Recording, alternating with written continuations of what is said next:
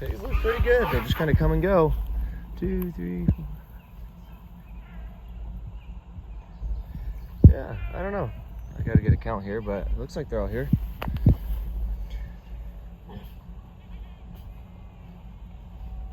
Maybe there's one missing. I'll have to look. The ones that are here, dude, look pretty good. Hey, welcome back, guys. We got the rake on behind us, and you know what that means. We're gonna go rake some hay. 75 acres hoping to knock out here this morning, and then start right in on round baling if we're lucky. I hope. Did not ted this. I hope I don't regret not tedding. I didn't have the time to ted yesterday, nor the energy.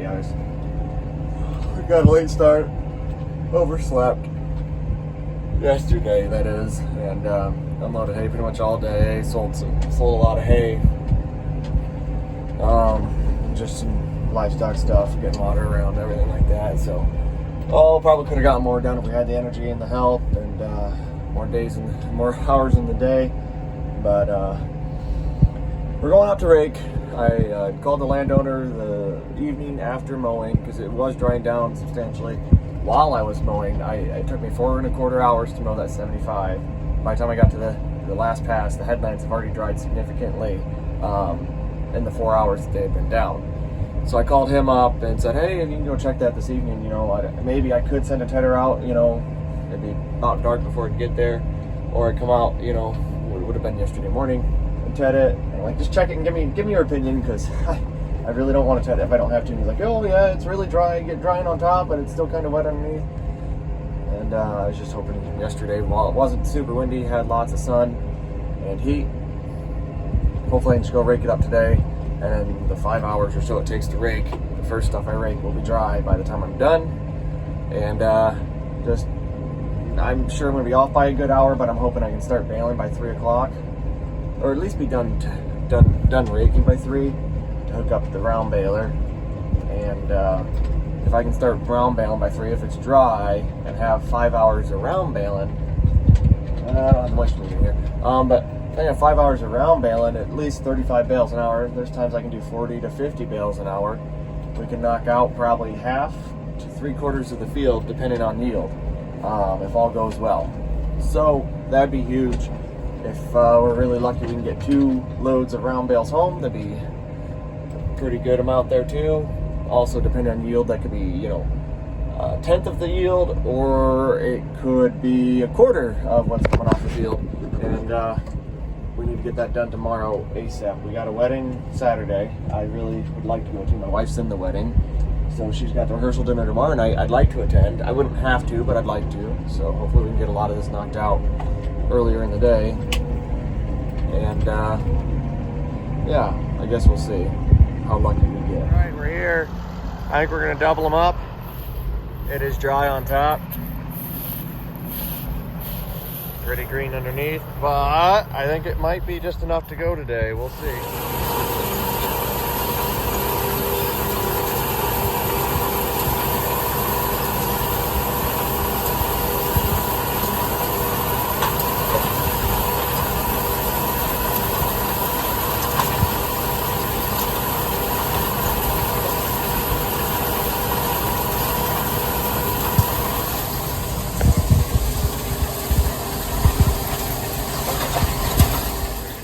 Look at things before I get too careful raking too much into one swath.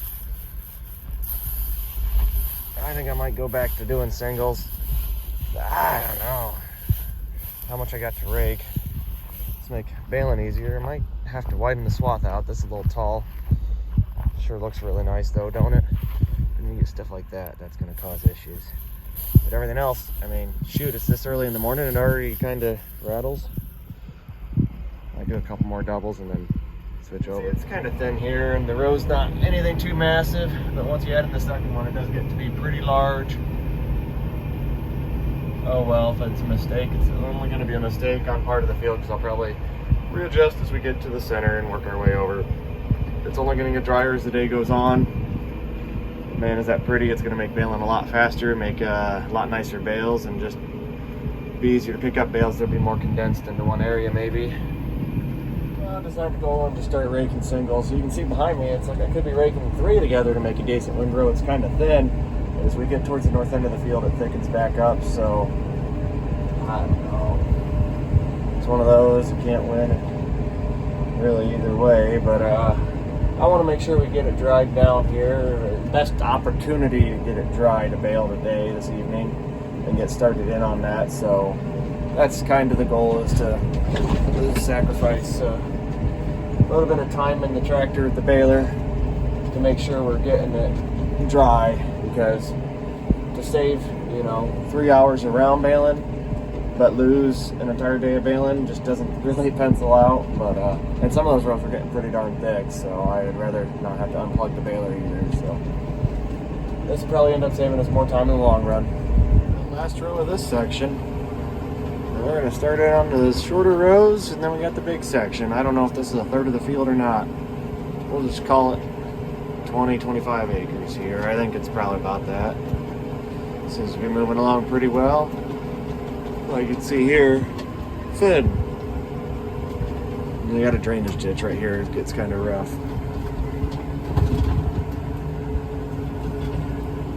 But otherwise, it does thicken up. You get to the north end. I'm hoping I can start raking doubles in the rest of the field when I get to some other spots, but we'll see. We're getting through this center section here. I'm splitting the field up into about 4 different spots. There's a wood that juts out into it. So you got one long rows, then you got these short rows that I'm on here. I guess if you want to call them short rows, they're only maybe like 400 feet shorter than the rest. I bet you this field's all of a half mile long, but I could be off on that.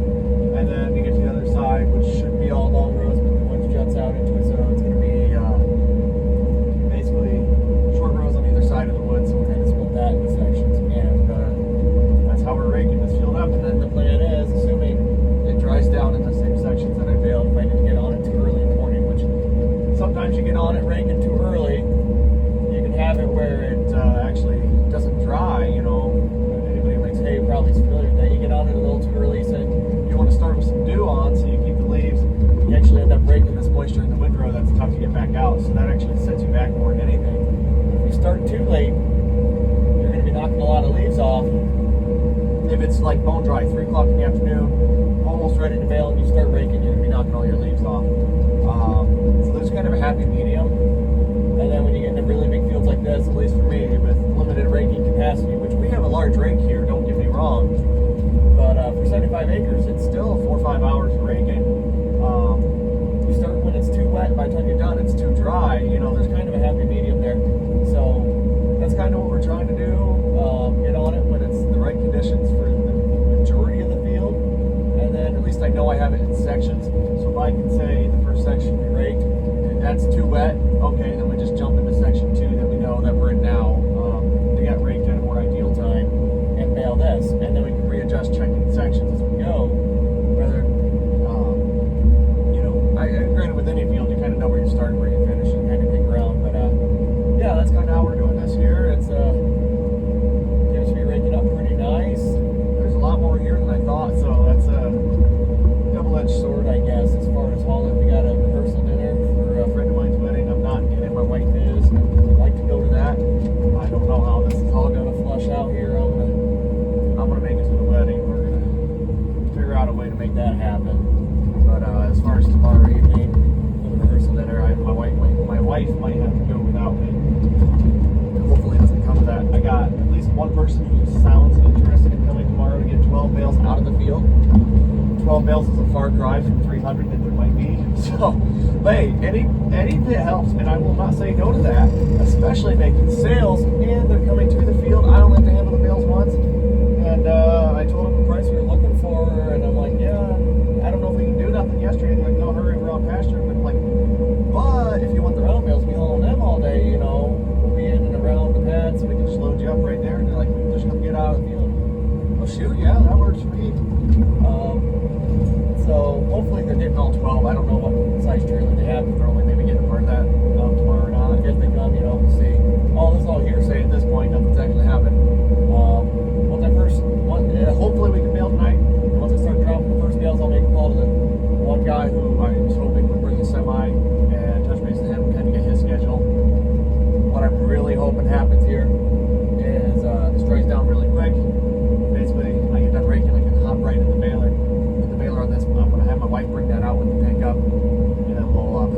shaft back on. We'll pull that off from the drive and everything, cinch a little bit of the truck, put it all back together, hook it on. Hopefully I can just start bailing, get a couple bales out, get some moisture checked on them, and if we're under, say, 17%, just start sending it. I'll call that guy, and hopefully if all goes well, maybe he wants to come out tonight and even get a load, and we can just start cranking bales out and hauling them and clearing sections of this field for this landowner here, George, and trying to do what we can to help him out and get him in here sooner. Because I wouldn't be opposed at all if this stuff really actually gets away from us. You know, gets down to single-digit moisture. What I'm seeing now, I don't see that happening today. But say it does, I'd be all for that, because it means I can push further into the evening with a heavy dew, or maybe not heavy dew, but as the dew sets in, I can push further on. So like, if you're borderline already, you're not going to be able to push past dark. And in some cases, depending on the dew sets in, you might not be able to push too dark, even to the sunset, right? You're going to have to quit early if the dew sets in early, especially if you have some not as dry hay. So hopefully things get really dry. We can bail maybe till 10 o'clock, get a lot of this knocked out, and maybe even get a decent amount hauled. I'm hoping to get 2 loads hauled back with the truck tonight if we can start bailing. So that'd be like 60 bales, and that'll take a chunk out of here. I'm really hoping that we can get this done. This is kind of a big, ambitious undertaking, being this far away from home. With everything else we've had to do this week, we still have hay to tarp. Trying to hear back from the elevator and touch base with the agronomist and see what his thoughts are on getting nitrogen down that grass. I think that's the right call. So I want to go get a buggy and put nitrogen down tomorrow. But I don't want to leave it out all day heat, you know, so I'm probably just going to have to bring the buggy home, and then maybe after the rehearsal dinner, if I can make it to that, go out and spread it then in the evening right before the rain comes in. Because similarly we do what we normally do is urea and AMS. My understanding is being nitrogen is very volatile, volatilize the heat, dry heat. You know, you want to get a rain on it, or at least a really, really heavy dew. Ideally, you get a rain on it and some cooler weather, and that's going to soak in and you'll be able to utilize a lot more of that nitrogen. So let's hope that's the case, and everything falls together how we want instead of falling apart. Stuff likes to fall apart a lot. If you've been around farms, you're more familiar with how that stuff goes. Let's get out of here and see what happens. Getting out in a little bit here, we got a nice wind, and man, you can just smell this clover. If you could smell what I'm smelling, it smells good. I'm liking that. That is,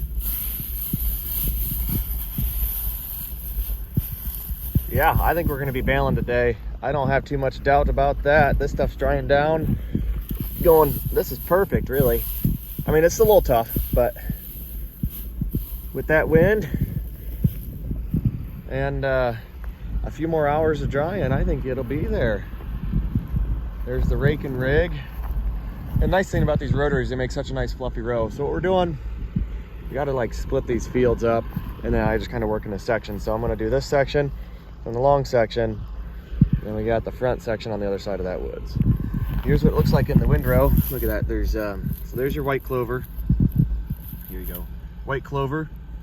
You can see that nice finer stem. The white clover is finer stemmed, shorter, lower yielding, lower tonnage hay.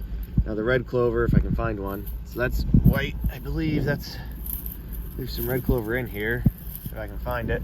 I know most of this field is red clover. I'm just not seeing any red clover heads in this specific area. But the white clover is actually, I think, probably makes a nicer hay, to be completely honest.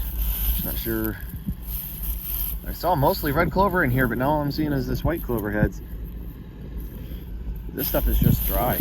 There's kind of like some thinner rows here, so we're going to double some up. It looks really thick right there. It's just all this, I wouldn't call it foxtail, but I don't know what the heck it is. Maybe it is foxtail. It's different. There's different types of foxtail, I guess. This would be one of them. But this is seeming like it's drying down pretty good, especially with this being mostly just grass. I'm not too worried about it. You can see a big drowned out spot there. I don't know how much you can see on camera. Kind of this section here. And it won't take too long. Hopefully my wife will be bringing the round baler before too terribly long, so I can just hop right into that, because I think it's going to be darn close. That's a nice looking windrow behind us now. Well, we're getting down there, maybe only 15 or so acres left. I think my wife's going to get the round baler here soon. We got someone coming over for like 20 or 40 bales or so, small square bales. We even talked a little bit of why we have the rotary rake, why we have the type of rotary rake that we have. So there's a couple reasons for that. You might be thinking, oh, why don't you have a wheel rake? They're simpler, they're cheaper, and they cover acres a whole lot faster. And they're, you know, like it goes in with simpler, it's just cheaper to maintain, simpler to work on. There's just less moving parts on them. And I agree to all those points. And why we don't have one? We just haven't had the acres to justify one in the past. That's number one. Two, flexibility. A wheel rake can only ever do wheel rake things. You need to be on the hay pretty dry. This makes a nice fluffy windrow. We can rake it a little wet, like I said earlier in the video. We can start raking a little sooner. Try to capitalize as much on that leaf retention as we can.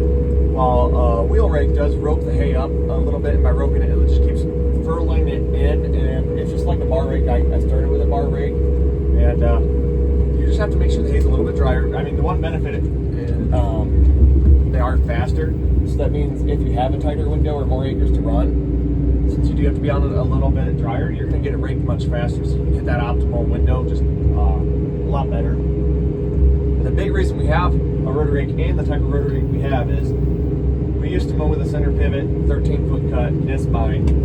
This will pick up 2 swaths out of that. That's what these are made for, or designed around. It's kind of tight doing like 4 together, but it works. So essentially this rotor, or this wheel rake, the rear rotor can go on either side of the front rotor. Both curtains are on the right side. So I'm looking off my right shoulder. I had a pot inner before this. I don't hate pot inner, I just didn't like the design. It was a left side curtain, so you're looking over your left shoulder. I'm still looking at my right shoulder, you know. Your neck, your whole body, that's what you're used to. Your habit is. So I like having the right hand delivery. That's really nice about this. This is my second double rotary. I really like it because it gives you the flexibility that I can do either side of that rotor, which is awesome in a 13-foot. So now, at first cutting, like now, where things are thick and heavy, and we don't want that much material in one windrow run because it's either not going to dry the best, or two, it's going to sled the balers down, and we can only fit such a big windrow into the baler or underneath the tractor, between the wheels, whatever you want to look at it. You can't just have this massive 5-foot tall, 4-foot tall, massive windrow. You have to be able to get it in the baler and have it feed. Now the rotary swaths that come out of this ring, they feed really nice too. That's another plus. But the first cut, I can do 2 singles, so I can kick that rear rotor onto the opposite side, and on 13-foot, it'll pick up 2 swaths perfectly, rake both swaths singly over to the right. Now I get to like a second cut, and none of this is a great example because we're not raking tedded hay, we're not raking out of a 13-foot mower. We're raking right now out of untedded hay behind a 19-foot cut. It's a little different, we're raking singles, but in second cut on a 13-foot, I can swing the rear rotor to the right, which right now it's only a little bit over. It can go over a lot more, and now I can rake 2 13-foot swaths together in one windrow. Both the front rotor rakes into the rear, and the rear kicks it over and makes a row. Now we get like fourth cutting, where we have really thin hay. We're talking like, and maybe some people would wonder why I would even do this, but like last year we had some 9.7 bale an acre, small square bales an acre, under 10 bales per acre on a 25-acre field. We did 240 some bales, right? I'm raking a lot of rows together in that. So I had the rear rotor kicked out to the right, and say like third cut maybe not quite that then. Rake the front into the rear, that kicks it over. Now you have 2 together into one swath. Now I just turn around, do the same thing and kick it over into that existing swath. Now we have 4 13-foot swaths rake together into one singular windrow. Now you get to really, really thin stuff like I had just stated. Or maybe you need more than that. What I would just do is I'll just drive circles around the field, keep kicking it in, just drive circles going, taking right turns, keeps kicking the hay into the field until I see a windrow that's pretty decent sized. Then I'll just turn around and then drop the rake again and kick it back to the outside of the field. Sometimes that's 4, sometimes that's 6, 8, you name it, amount of windrows. I just kick it back, tie it in, nice swath, and then I just start going around in circles again until I have a nice windrow, and then just kick it back over. So usually if I'm raking more than 6 13-foot rows together, I probably shouldn't have mowed the hay field, and I don't think we really have.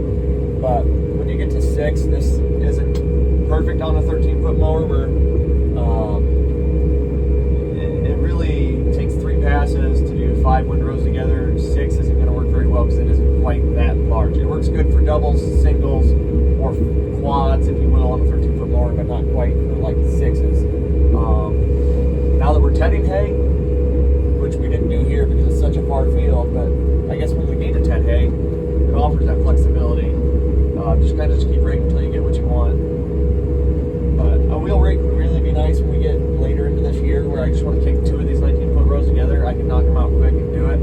It just isn't in the budget, so that's the main reason we haven't gone that direction yet. Well, we got a few rows left. There's the round baler. My wife's here.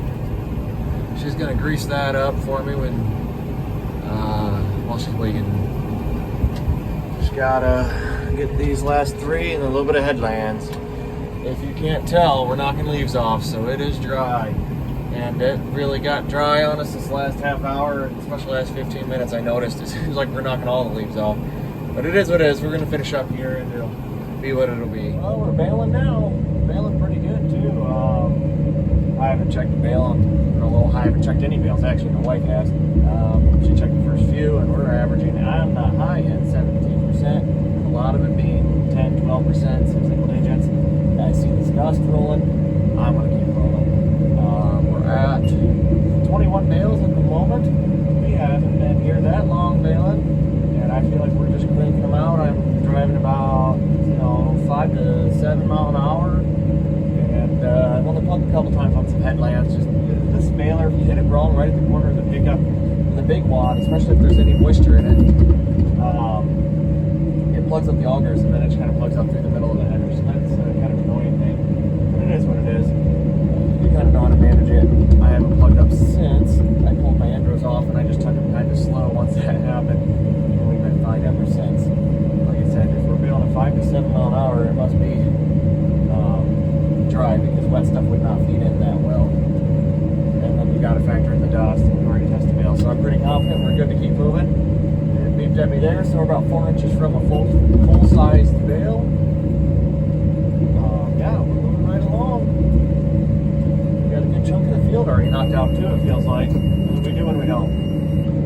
Get this bale dropped here, and I'll pick you up when we got a lot more done. I like the New Hollands because you can see in the front, the net rep actually wrapping. You can see if it's working or not. It's hard to tell now with all this dust. Man, this is so much nicer. We used to have a white 105, and so it's a 6-speed transmission with a over-under, so basically a 3-speed power shift on a 6-speed. Great transmission, but the tractor didn't have AC, so I had the windows all open. And geez, I can't imagine bailing something like this. I would be miserable at the 18 mile an hour speed to get out to the field. It'd just be awful. Yeah, it was just the CVT. I'm just using the foot pedal to go, and I let off the pedal to stop. I don't have to even touch the clutch. I can just slow down and speed up based on how it's feeding, how thick the windrows are. I like to ease into them, especially on an empty bale. It helps. You can plug it pretty easy when you're first starting. I mean, not really easy, but if you ram into a windrow really fast, there's nothing in the chamber. It hasn't quite had a chance to form the core. I like to ease into that, get that core formed, and then you can start rolling pretty quick. But all in all, this is just rolling up really nice. The baler, so I figure we'll stop and check. 8, 7. I think I'm going to be able to bale pretty late tonight then. Stuff looks pretty nice. I mean, how often do you get to bale clover? Nice and solid bales, lots of color. Time to unplug this. That's the part that sucks when that happens.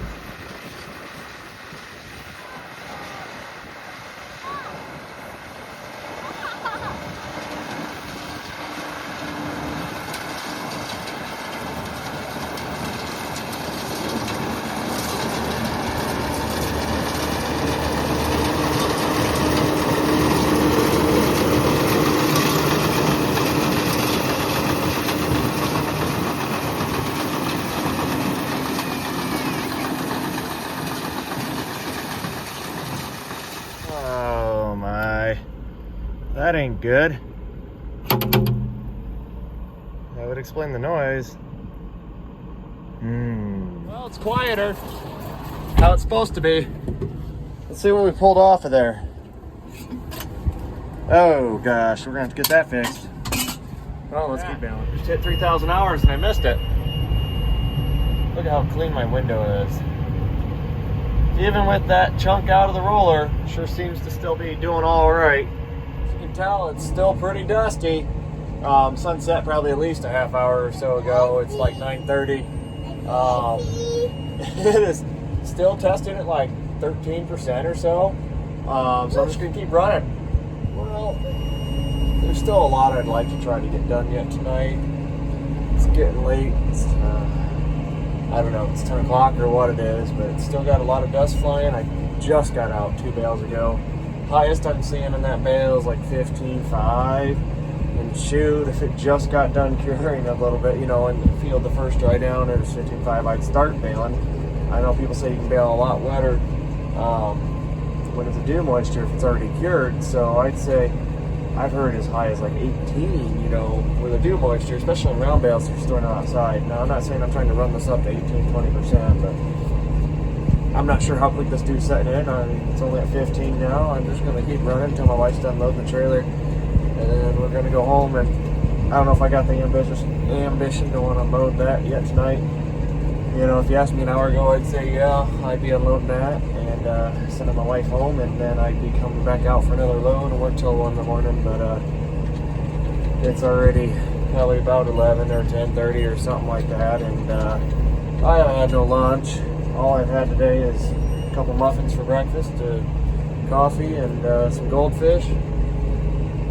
And it's been a long week, so that stuff wears on you. I'd just like to maybe call it a day, even though we got a lot that needs done with the wedding this weekend where my wife's in, and the rehearsal dinner's tomorrow night, so I'd like to go to that with her, and I don't know. We need to get all this off so he can plant. So worst case scenario, we just stack a bunch in his backyard. He's good with that. And we slowly chip away at it, hauling over the next few days. Yeah, we're bale count right now is 185.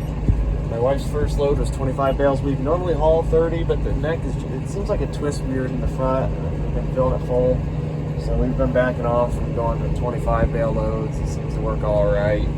So I mean, easily 200 bale out here, so that's an easy 8 loads with only going on load number 2 being loaded.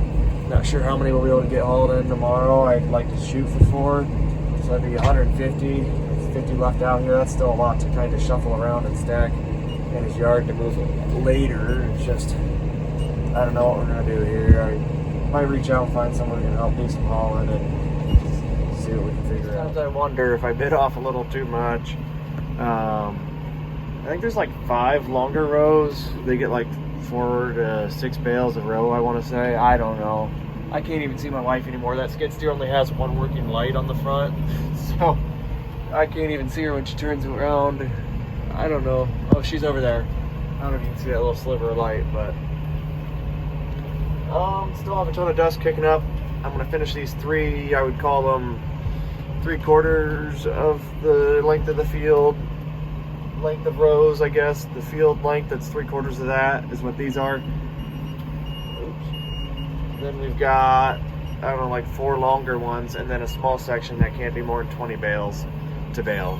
Alright, it's late enough. I just unplugged it. That was a double swath, so that's probably why. 208 bales. Let's go see the moisture. We got a meter. Yeah, maybe I should have kept going. It felt tough though. I mean, there's probably a tough spot. No. Maybe I need to make sure this thing's calibrated right. It's probably not too far off though. 13. I think if you go in from the nut wrap side, you can get a higher reading. It just doesn't have any moisture in it, I guess. 12s.